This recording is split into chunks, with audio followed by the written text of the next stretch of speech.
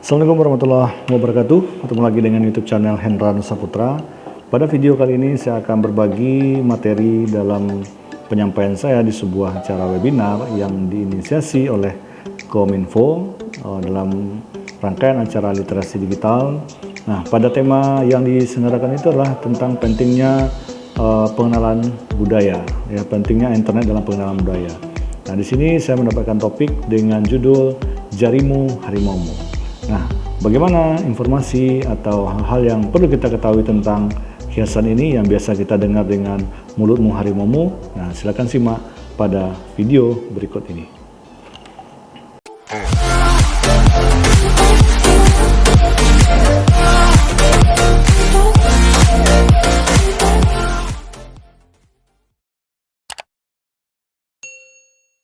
Mungkin kita langsung menuju ke narasumber keempat, yaitu Bapak Hendra. Halo Pak, selamat siang Pak.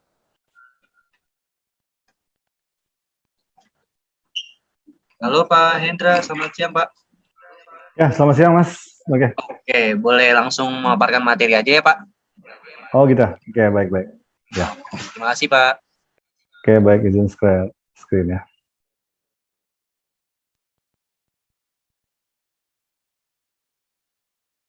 Oke, selanjutnya sudah nampak ya? Oke, sudah terlihat Pak, aman Pak. Ya, baik. Bismillahirrahmanirrahim. Assalamualaikum warahmatullahi wabarakatuh. Ya, alhamdulillahirrahmanirrahim. Wassalatu wassalamu ala asrofil anbiya wal mursalin wa ala alihi washabihi rasulillah ajmain.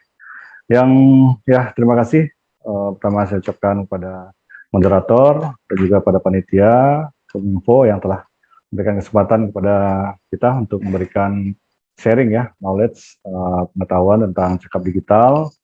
Nah, di sini saya juga mengucapkan salam hormat juga kepada narasumber sebelumnya, Ibu Suraya, Ibu Ruri, dan juga udah Gio ya. Kayaknya ini lagi trouble nih jaringannya.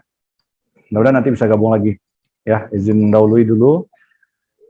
Kali ini saya diberikan kesempatan, ini topik materinya tentang jarimu harimaumu. Nah, sebelumnya perkenalkan dulu, nama saya Hendra Nusa Putra, ya, Skom Mkop, itu kebetulan dosen IT di Stikes Dharma Lambo Padang, dan saat ini diamanahkan juga sebagai Ketua Lembaga Penjaminan Mutu di Stikes. Mungkin ini kontak yang bisa dihubungi bagi ada yang mungkin tanya-tanya konsul-konsul tentang IT juga silakan. Stalking Instagram juga silakan di Nusa Putra. Dan juga saya juga punya channel YouTube ya, mungkin baru merintis ya sebagai YouTuber ya. Jadi masih subscribernya masih celah ya. Tapi di sini saya juga akan sharing ilmu tutorial. Jadi silakan bagi kawan-kawan semua adik-adik mahasiswa juga boleh di subscribe juga YouTube channel saya. Baik, mungkin mengawali materi hari ini saya ingin lihatkan dulu data. Tadi juga sekilas sudah disampaikan data yang disampaikan oleh Bu Suraya. Jadi memang kalau kita lihat data yang dari data reportal ini terkait ya pengguna internet. Nah, kalau kita lihat di sini populasi masyarakat Indonesia sekarang ini kan sudah mencapai 275 juta jiwa. Ya, sangat banyak sekali ya. Tiap tahunnya pasti nambah. Ini persentasenya juga tiap tahun nambah. Nah, kalau kita lihat di sumber untuk pengguna internetnya itu lebih dari 200 juta jiwa. Kalau yang menggunakan mobile itu 345 juta. Artinya yang melebihi ya dari jumlah populasi masyarakat Indonesia ya. Ya pasti ya itu memang karena satu orang itu ada juga yang menggunakan gadgetnya 2 atau 3 nomor sekaligus ya. Nah, kemudian untuk media sosialnya juga sekarang ini sudah ya hampir lebih separuh ya masyarakatnya sudah menggunakan media sosial. Nah, pertumbuhannya itu dari tahun per Januari 2021 yang memang terus meningkat ya. Nah, peningkatan ini yang paling tinggi itu memang peningkatan pengguna internet. Kalau pertumbuhan penduduk ya masih start ya, mungkin 1 atau 2% tiap tahunnya. Nah, artinya apa? Di sini kita lihat dalam platform yang digunakan dalam media sosial ini, itu ya paling banyak menggunakan YouTube ya. Memang kalau sekarang ini era YouTube sebagai media pembelajaran, media sharing, komen-komen yang ada di sana juga banyak digunakan ya. Kita pun paling banyak juga nonton di YouTube ya. Jarang sekali juga nonton TV sekarang ini. Dan juga di nomor 2 itu WhatsApp ya. WhatsApp ini ranking kedua penggunaan terbanyak ya, dan mengikut Instagram dan seterusnya. Nah, ini data yang bisa kita lihat fakta bahwa penggunaan medsos, media sosial ini sangat sangat tinggi pada saat sekarang ini ya. Siapa yang nggak akan menggunakan medsos pada era sekarang ini? Nah, dari data ini kita melihat sebuah idiom kata bahwa ya dulunya mulutmu harimaumu. Nah, sekarang ini sudah ada tambahannya lagi ya, jarimu harimau. Nah, kalau kita lihat di sini berdasar bahwa idiom mulutmu harimaumu ya, ungkapan ini jauh sebelum era media sosial menjamur ya. Ya, nenek moyang kita mengharuskan kata ini. Pasti kita udah tahu ya apa makna yang tersirat dari kata ini sebelumnya. Bahwa ini mengandung tafsir yang pragmatik ya, bahwa lisan alias mulut ini bisa menimbulkan efek sosial yang luar biasa. Nah, jadi kalau kita gagal menjaga lisan, ujar-ujaran yang bermotif kebencian, ya keangkuhan, kemunafikan, ancaman, permusuhan, ya fitnah, mungkin berbagai ungkapan verbal negatif yang lainnya ya bisa nanti ya istilahnya menggorok leher diri sendiri ya. Jadi idiom sekarang ini hingga sekarang ini masih cukup kontekstual. Nah, kemudian jerat hukum bisa menjadi pemantik ya untuk menimbulkan efek jera bagi mereka yang gagal membendung hasrat jahatnya untuk menista, mencela, atau memfitnah orang lain. Nah, jerat hukum yang akan menjadi sanksinya. Nah, kemudian idiom warisan itu kini agaknya mengalami perluasan. Nah, seperti saya sampaikan tadi, makna yang jauh lebih rumit ketika era medsos hadir di tengah-tengah kehidupan masyarakat ini. Dengan smartphone yang kita gunakan, gadget atau gawai istilahnya, pemilik akun medsos mungkin bisa dengan mudah melakukan postingan teks lewat jari-jarinya, ya hanya dalam hitungan detik, gitu ya. Nah, untuk menghujat, ya apa yang dilakukan ya untuk menghujat, mencela atau mencaci maki atau kelompok yang tidak disukai. Nah, itu tidak perlu harus berteriak-teriak, nah, tapi cukup hanya akan menekan tombol-tombol pada smartphone. Nah, di etalase medsos itu memang cukup banyak orang corong yang siap pakai untuk meneriakkan ujaran-ujaran provokatif, ya intimidatif. Nah, kita simak saja nih sekarang nih pemberitahuan notifikasi di smartphone kita yang nyaris ya tak pernah diam ya, ada aja update terus setiap saat. Nah, jadi zaman ini agaknya sudah jauh melompati masa-masa perubahan yang linear ya. Tak hanya generasi milenial, nah sebagai penduduk asli dunia digital yang menjadi penghuni era medsos ya siapa nggak tahu nih ya zaman para milenial ya, nah, itu penghuni medsos semua gitu ya. Nah, jadi ditambah juga para digital imigran pun tak kalah mau bersaing. Nah, era medsos sebenarnya ini seperti bazar sosial ya yang menyajikan beragam gengsi gitu ya, keyakinan, kemudian dan jati diri ya. Kemudian era medsos yang syarat dengan gengsi ini, keyakinan dan jati diri semacam itu disadari atau tidak, ibaratnya itu pisau bermata dua. Nah, hati-hati itu ya. Hati-hati kita menggunakannya, nanti bisa melukai diri sendiri. Kemudian pengguna medsos ini hati-hati juga nanti bisa terperangkap jerat hukum akibat abai memainkan jari. Nah, dari tadi judulnya jarimu harimau. Jadi jari di atas tombol gawai ini harus kita bijak dalam menggunakannya. Gitu ya.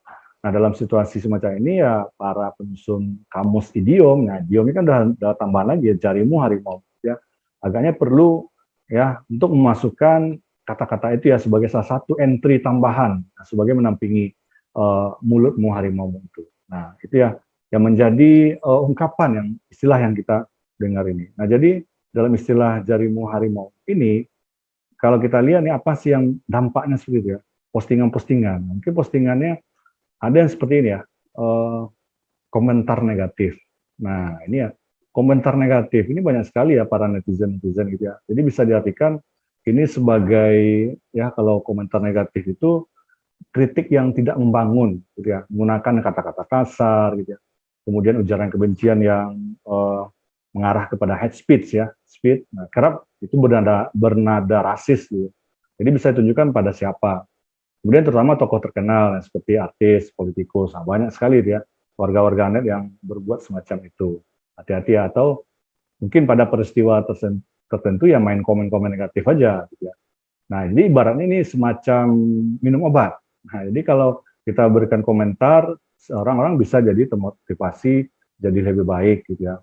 Kalau kita overdosis, nah hati-hati nanti berdampak buruk bagi penderitanya gitu ya. Nah, mungkin untuk melihat ya ciri-ciri komentar negatif ini ada 5 ini yang bisa kita kelompokkan. Mungkin yang pertama ini membanding-bandingkan ya, membanding-bandingkan ini ya yang pertama, oke, saya tandai. Nah, jadi nggak ada orang mungkin yang senang dibandingkan dengan orang lain, ya.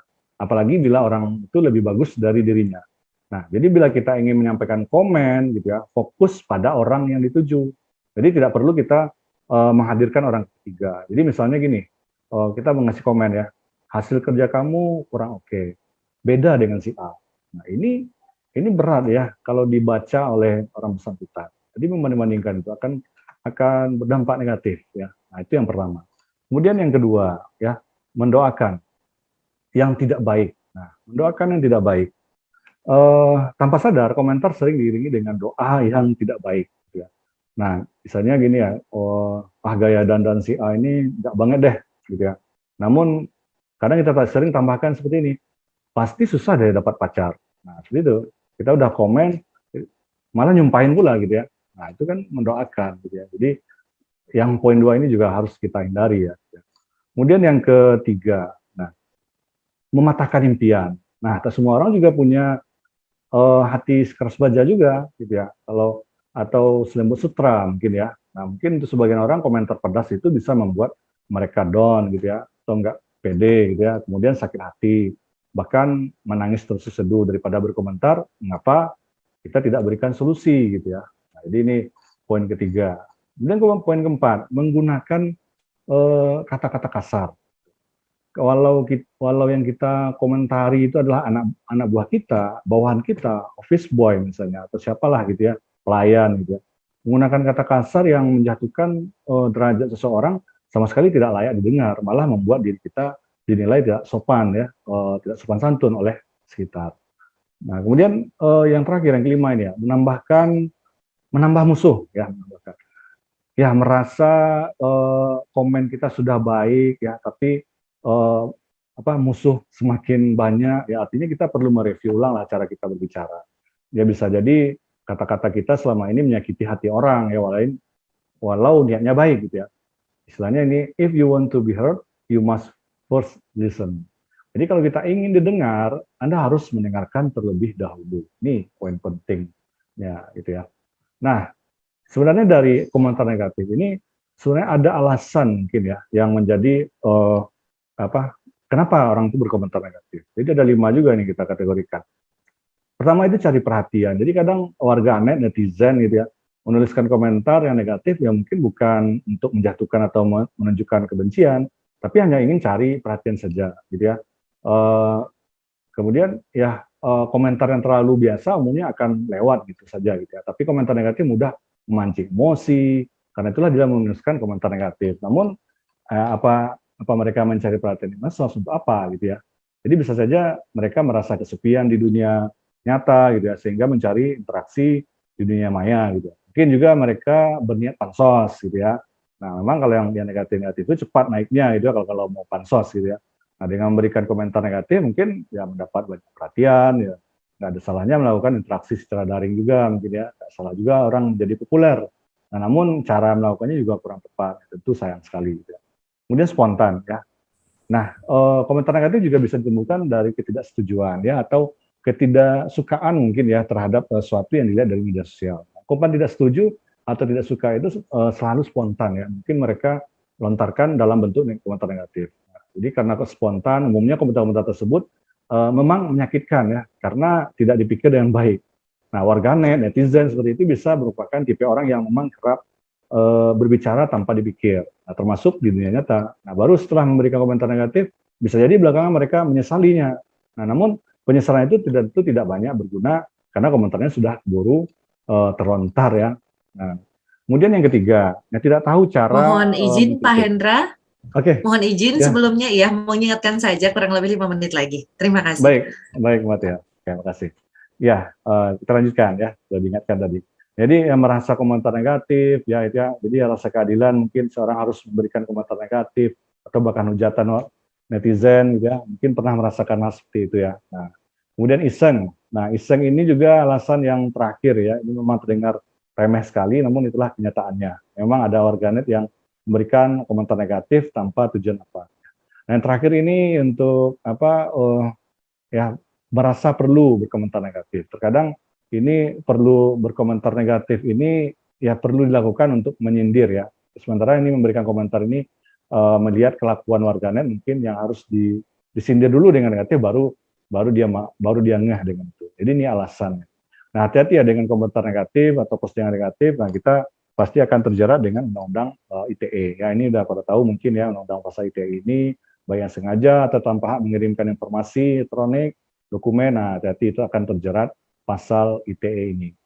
Nah, kemudian ini ya, jadi kita harus menjaga lisan ya, tulisan kita, perkataan yang tidak bermanfaat dan bisa menyakiti perasaan orang lain. Nah, yuk bijak dalam menulis komentar. Nah, kemudian ini prinsipnya. Jadi biasakan kita think dulu sebelum post ya. Jadi biasakan berpikir dulu sebelum posting. Jadi kalau kita definisikan untuk poin salah satu ini think ini true, help ya, helpful, illegal, necessary, kind. Jadi true itu yang bermanfaat lah di posting, true itu yang pastikan postingan itu benar ya, valid ya. Nah, jangan berita bohong yang disampaikan. Kemudian helpful itu bermanfaat ya. Kalau bermanfaat tentu foto unggahan kita atau informasi yang penting lah kita masukkan. Kemudian ilegal. Nah, ilegal ini mungkin minta izin dulu postingan-postingan yang berlisensi atau yang perlu kita share ya. Kemudian necessary, yang diperlukan saja yang di-share ya. Nggak usah yang macam-macam yang kita share gitu ya. Nggak usah seluruhnya diumbar yang pribadi-pribadi. Kemudian kind ya, mungkin jenis-jenis postingan harus kita lihat dulu macam-macam bentuknya.